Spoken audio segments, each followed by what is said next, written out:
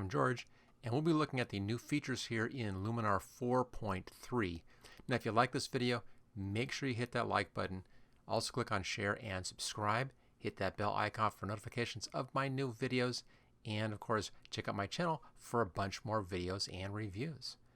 Now, the first thing we'll be talking about here is better speed and performance when the program is running. Now, it's kind of a maybe yes, maybe no in my testing here. It takes it a little longer to start up, but what it's doing is it's going in and it's putting in a lot of its figuring ahead of time, and then when you begin doing things, it runs faster at that point. So it's trying to do a lot of the heavy lifting at the very beginning of loading in the program. Let me just show you what I'm talking about here. I'm just going to grab, this picture right here. It looks pretty nice and even. And let's go over here and click on Edit.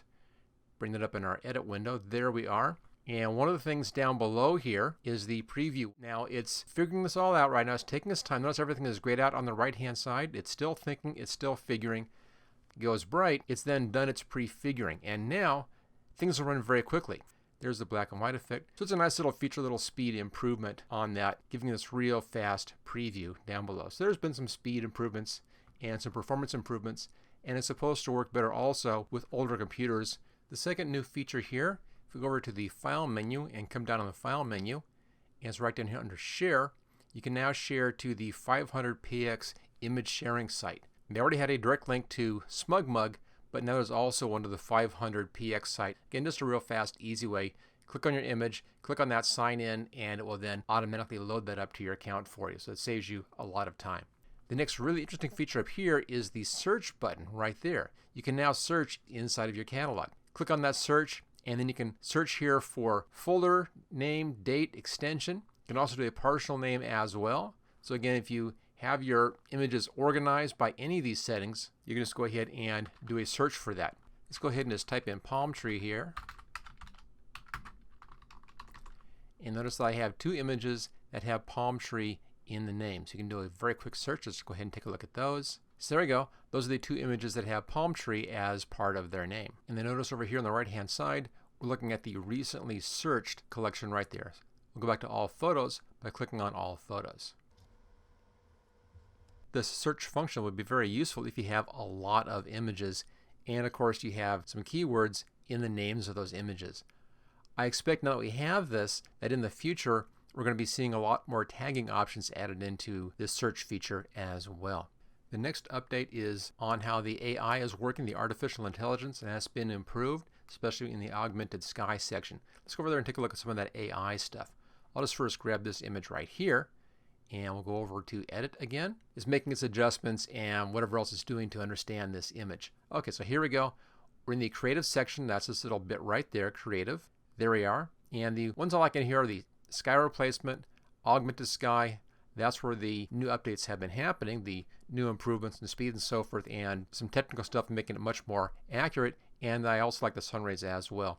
Now, AI Sky and Sunrays, this has been in here since version 4, but we'll still take a fast look at those. I just happen to like how they run. Let's look at the AI Sky Replacement first.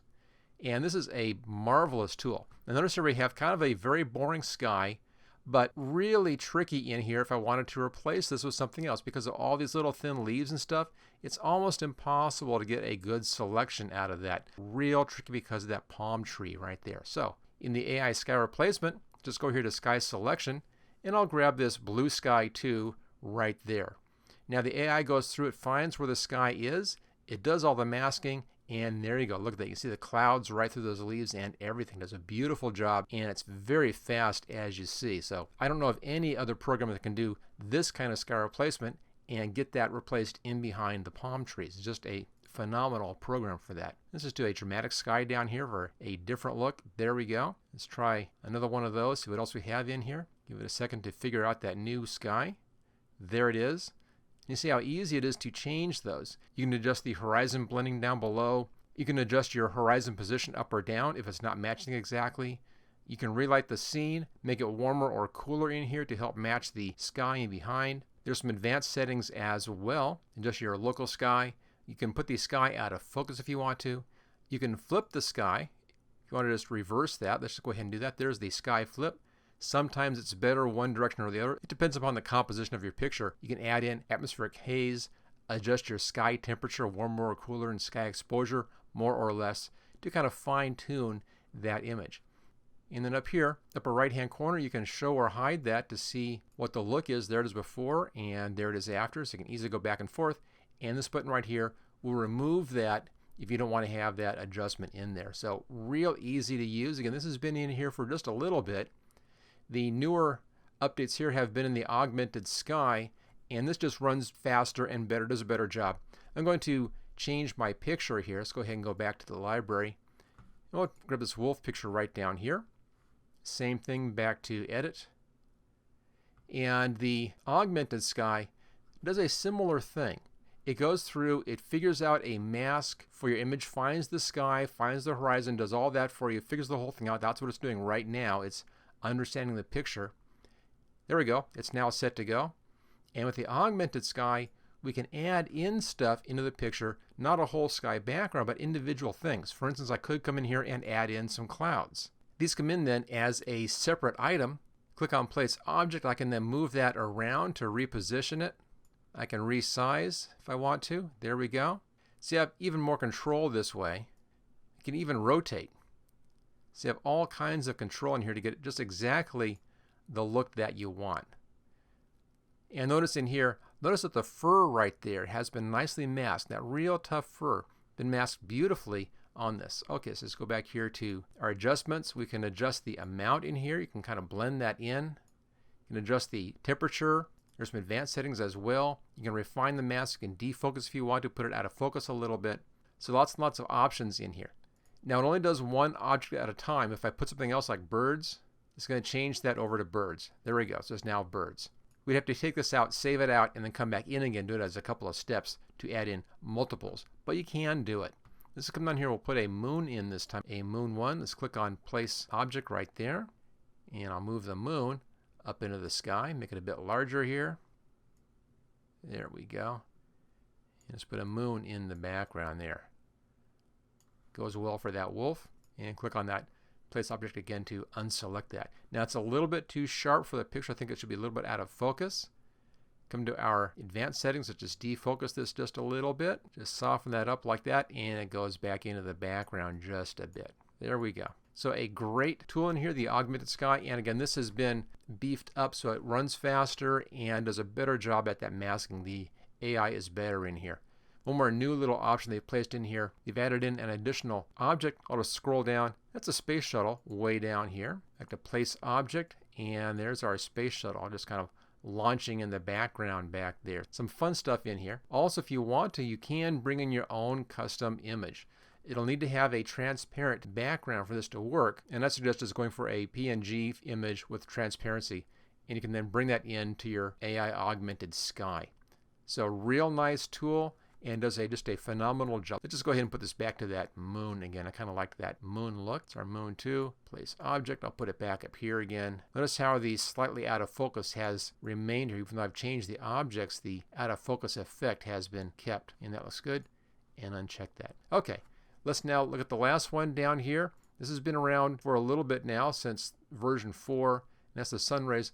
I just like how this works. And I have this picture right over here, and I'll bring this in. Now I did this as a tutorial for my Photoshop Elements people, and I went through a whole process of how to make fake light rays in here for this image. It was rather complex, a lot of steps, took a lot of time. You can do this almost instantly now using this sun rays. Let's just go ahead and take a fast look at this. I'll place the sun center, get this dot right there.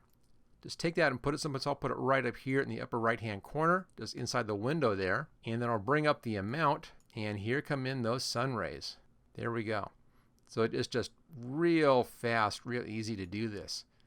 You can adjust the overall look. This is kind of a vignetting effect in here. And you can adjust the length of the sun rays, just a little short sun ray or real long like that. And you can adjust the penetration. This is how much or how little. And of course, there are some advanced settings as well in here. Number of sun rays, you can adjust the number. Notice that kind of changes the whole effect in here. I'm just going back and forth on this. You can find just the right spot that you like the look of. That looks pretty nice right here. You can adjust the radius of the sun glow radius, the warmth, and you can even grab this spot here. This, of course, is the sun center, and you can move this, and notice how the rays follow that sun position. I can even put them over on this side if I wanted to.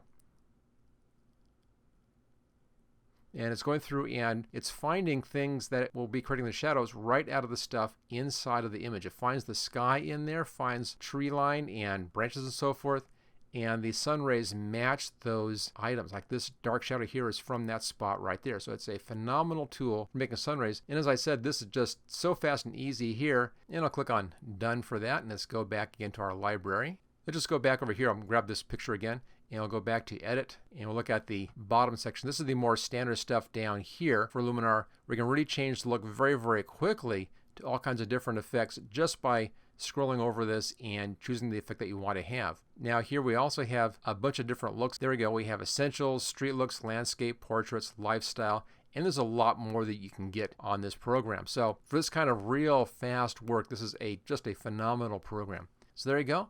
That is a look then at the new Luminar 4.3. If you enjoyed this video, make sure you hit that like button. Don't forget to click on share and subscribe as well. Hit that bell icon for notifications of my new videos, and check out my channel for a bunch more graphics videos. All right, and I'll see you next time.